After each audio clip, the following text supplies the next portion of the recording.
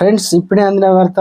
కాంగ్రెస్ ఎమ్మెల్యేకు ప్రమాదం, ఆసుపత్రికి తరలింపు. ఆ విషయాలన్నీ తెలుసుకునే ముందు వీడియోని పూర్తిగా చూడండి, మీకు అప్పుడే కంప్లీట్ ఇన్ఫర్మేషన్ అయితే అర్థం. అదే విధంగా చాలా మంది సబ్స్క్రైబ్ చేసుకోకుండా వీడియోని చూస్తున్నారని దయచేసి సబ్స్క్రైబ్ చేసుకోండి. సబ్స్క్రైబ్ చేసుకున్నట్లయితే నేను చేసే ప్రతి వీడియో అప్డేట్ నోటిఫికేషన్ రూపంలో వస్తుంది.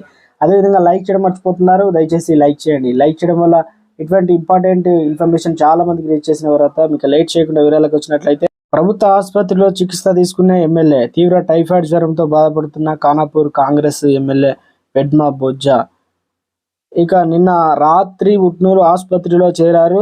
జ్వరం అధికంగా ఉండడంతో 4 నుంచి 5 రోజుల పాటు విశ్రాంతి తీసుకోవాలని డాక్టర్లు సూచించారు.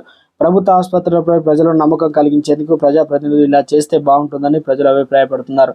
చిన్నతనంలోనే పేపర్ బాయ్గా పనిచేసిన బొజ్జు ఇటీవల ఎన్నికల్లో ఎమ్మెల్యే గెలిచారు. తీవ్ర జ్వరంతో టైఫాయిడ్ జ్వరంతో బాధపడుతున్న ఎమ్మెల్యే గెలిచిన వెడ్మా బొజ్జా ఈ రకంగా అయితే మరి ఉట్నూరు ప్రభుత్వ ఆసుపత్రిలో చేరారు.